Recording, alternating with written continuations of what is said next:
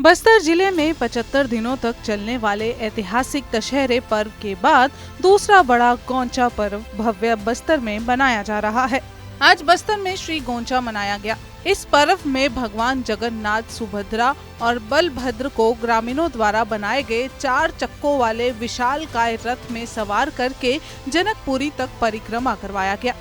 श्री गोंचा पर्व मनाने के लिए हजारों की संख्या में भीड़ उमड़ पड़ी और 3 विशालकाय रथ परिक्रमा के दौरान स्थानीय ग्रामीण कारीगरों के द्वारा निर्मित किए गए बांस की तुपकी से इन्हें सलामी दी गई।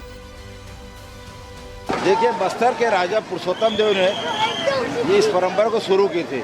उन्हें पुरी में रथपति की उपाधि मिली थी और 16 पहिए का रथ मिला था, तो उन्होंने 4 पहिए का रथ भगवान जगन्नाथ को और 8 पहिए का रथ विजय रथ के रूप में माँ दंतेश्वरी को और 4 चक्के का रथ कुल रथ के नाम से बस्तर दशहरा में चलाया जाता है। ये परंपरा बस्तर में जो गोंचा मनाने की परंपरा है, ये 6 से 15 वर्षों से बस्तर में लगातार मनाई जा रही है।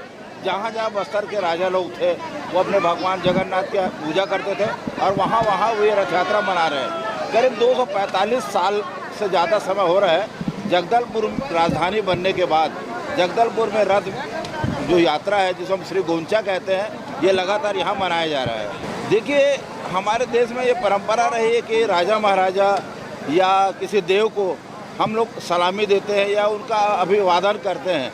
तो बस्तर में जो तुपकी चलाने की परंपरा है, वो एक प्रकार से बांस की पुंगली के माध्यम से और उसमें मलकांगनी नाम का एक बीज डाला जाता है, उसके माध्यम से एक विशेष प्रकार की ध्वनि निकाली जाती है। उसको लोग तुपकी कहते हैं बोलचाल के भाषा में। और ये परंपरा भी सिर्फ बस्तर में ही जारी है।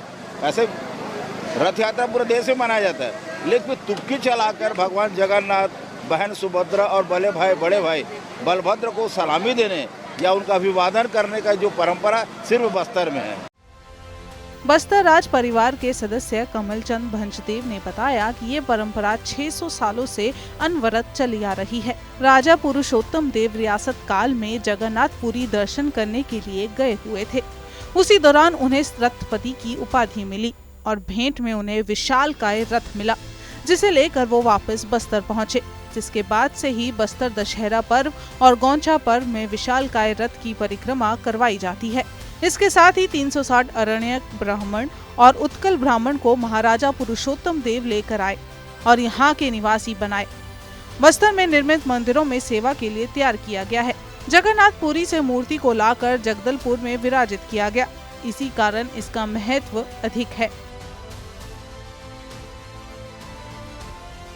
आज की जो परंपरा, जैसे आप जानते हैं कि 600 साल से ऊपर से परंपरा चली आ रही है और इसका बहुत ज़्यादा मान्यता ये है कि जब जगन्नाथ प्रभु ने राजा को रथपति की उपाधि दी थी, उस समय से रथ की परिक्रमा जो आप देख रहे हैं, जो हर साल चलती आ रही दशहरा में, उसके साथ साथ जब महाराज यहाँ पे आए तो उन्होंने 360 अरण्यक ब्राह्मण और उत्कल ब्राह्मणों को यहाँ ला करके निवासरत किया, जो कि माता की सेवा करेंगे और साथ साथ जितने पुजारी हैं, जितने भी मंदिरें थे, उनकी सेवा करके, और साथ साथ यहाँ पे 7 मंदिर बनाए गए, 7 गर्भगृह बनाए गए।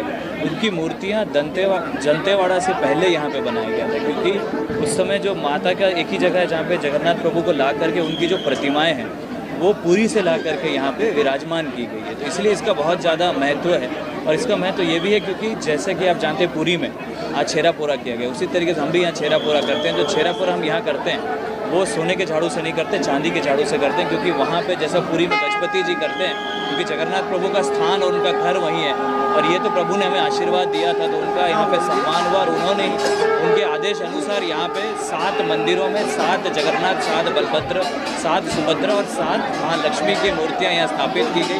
और आज ही का दिन है जिसमें कि 3 रथ, कहीं देश में आप नहीं देखेंगे जहाँ 3 अलग अलग रथ चलते हैं, जिसमें जगन्नाथ, बलभद्र, सुभद्रा तीनों एक साथ रथारूढ़ होते हैं। और रथारूढ़ होने के बाद जैसा छेरा पूरा जगन्नाथ प्रभु के मंदिर में किया था, उसी तरीके से हम भी चांदी के झाड़ू से यहाँ पे झाड़ू लगाते हैं। और प्रभु से ये सम्मान है कि जैसा इसका पुराना मिथ जो ये है कि राजा या पुजारी भगवान से बड़ा नहीं है। पुरी में जिस प्रकार से आज छेरा पोरा किया गया, उसी की तर्ज पर बस्तर में भी छेरा पोरा किया गया। बस्तर में 3 रथों पर जगन्नाथ, सुभद्रा और बलभद्र को रथारूढ़ करके चांदी के झाड़ू से पुजारी झाड़ू लगाते हैं, जिसके बाद रथ परिक्रमा करवाया जाता है। इस अनोखी परंपरा को देखने के लिए भारत देश के अलावा विदेशों से भी पर्यटक बस्तर पहुंचते हैं और बस्तर की परंपरा को करीब से देखते हैं।